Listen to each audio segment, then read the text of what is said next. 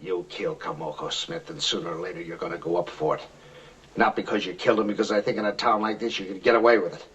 But because you didn't have guts enough to do it alone, you put your trust in guys like this, and Hector here. In the meantime, one of them's going to crack, and when they do, you're going to go down. But hard. Despite a modern, for 1955, setting and the absence of horses and six-shooters, Bad Day at Black Rock is one of cinema's great westerns. A man with a past looking for answers, a small town in the middle of the desert, hostile locals, and a shameful secret that our hero stumbles into. It takes place after the end of World War II, but it features all the basic themes of the classic western. And if that very brief outline of events makes the film sound simplistic, then trust me, it certainly isn't. The film tackles major themes such as racism, murder and revenge. Let's take a look.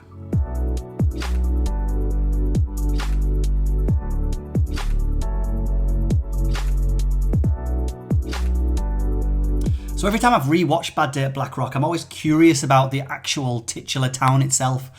It's so small and scarcely populated that I'm amazed it can survive. And I like to think that after the events of the film that it doesn't, that everyone leaves and the desert just buries it. The opening sees a train grind to a halt outside the small desolate town of Black Rock, much to the surprise of the locals as the train hasn't stopped there in 4 years. Now the figure that steps off the train isn't a stereotypical hero, but a middle-aged man with one arm.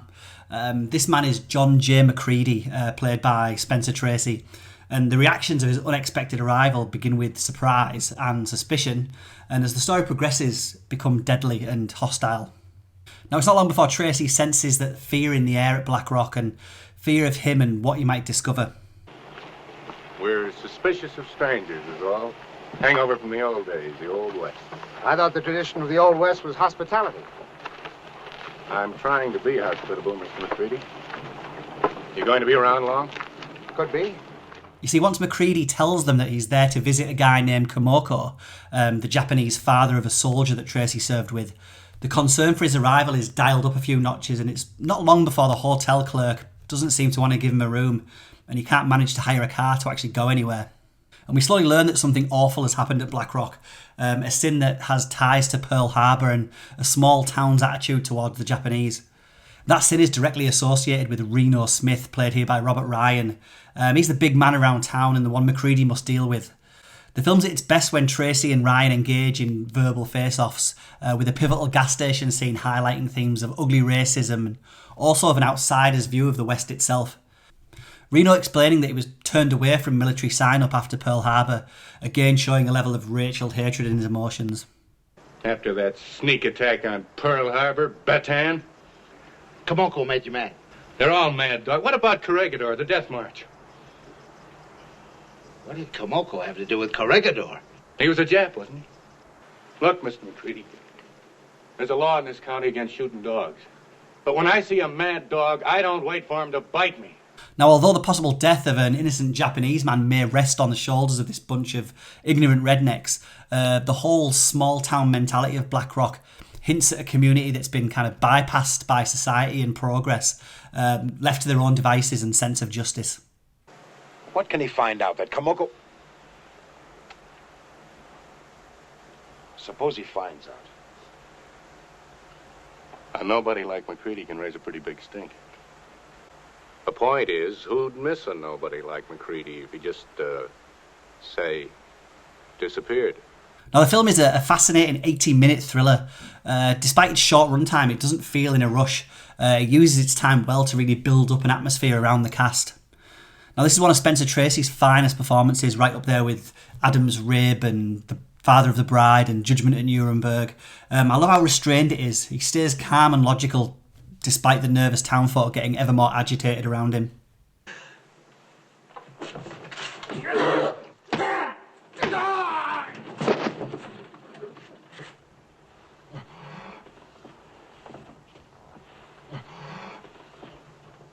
At this point in his career, Spencer Tracy was weighed down really by his growing alcoholism. He did apparently abstain during filming, and maybe the impatient irritability that he projects as the film moves along was partly helped by that. Now, such was the pedigree of this film that iconic actors like Lee Marvin and Ernest Borgnine are cast pretty much as goonish henchmen, going up against the stranger who was waltzed into town. Now, as the storyline develops, we do learn why Macreedy wanted to see Komoko. and we do learn what the secret is that makes these men so edgy. We realise that it soon becomes very evident that these men will kill to protect this secret. And rather than just setting up a bloody shootout finale, serving up either something unbelievable or over the top, the ending's quite blunt and to the point, but at the same time real and thrilling with a perfect sense of poetic justice. Now, I'm a big fan of the way that director John Sturges builds Bad Day at Black Rock to defy expectations. For instance, when we meet Anne Francis's character Liz Worth, incidentally the only female in the movie, it wouldn't be unusual for there to be something romantic thrown into the mix. Now, there isn't, but her actual place in the story is pretty dark and shocking. Why is everybody so concerned about me, then? Am I concerned? No, you're not concerned, but... But what? Well, I have a feeling you're a little bit too unconcerned. You're so unconcerned you won't even rent me a Jeep. I don't want a taxi service. I don't have a license.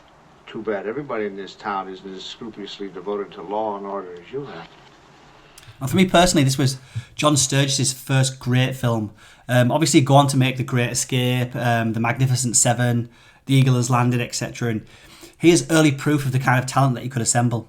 Because what brings Bad Day at Black Rock together are the performances from the cast. Be it Borgnine and Marvin as the two heavies I just mentioned, Walter Brennan as the town's doctor, or Dean Jagger as the cowardly sheriff.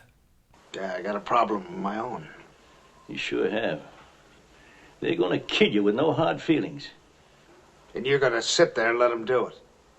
Don't get waspish with me, mister. Oh, I'm sorry. Well, I feel for you, but I'm consumed with apathy. Now, the movie was based on the 1946 short story Bad Day at Hondo by Howard Breslin. It's a movie built on minimalism. There's no huge scenes, but clever interactions, and it really is the performances that carry the film. The cast's quite small, the locations are few, but it's claustrophobic despite being set in a wide open space. Whilst we do have a few moments of action, a central Jeep chase, for instance, is about the height of it all.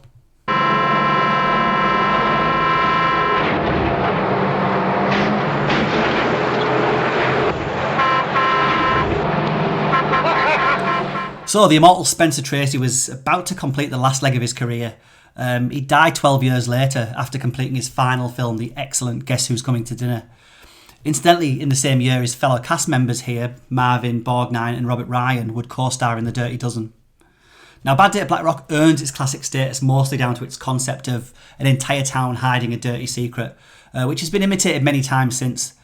Its isolated desert landscape, complete with a railway station, saloon and tumbleweeds, overwhelmingly gives it a Western flavour. Here, Native Americans are replaced with the Japanese, and we get jeeps instead of stagecoaches. Go check it out. You'd like me to die quickly, wouldn't you, without wasting too much of your time? Or quietly, so I won't embarrass you too much, or even thankfully, so your memory of the occasion won't be too unpleasant.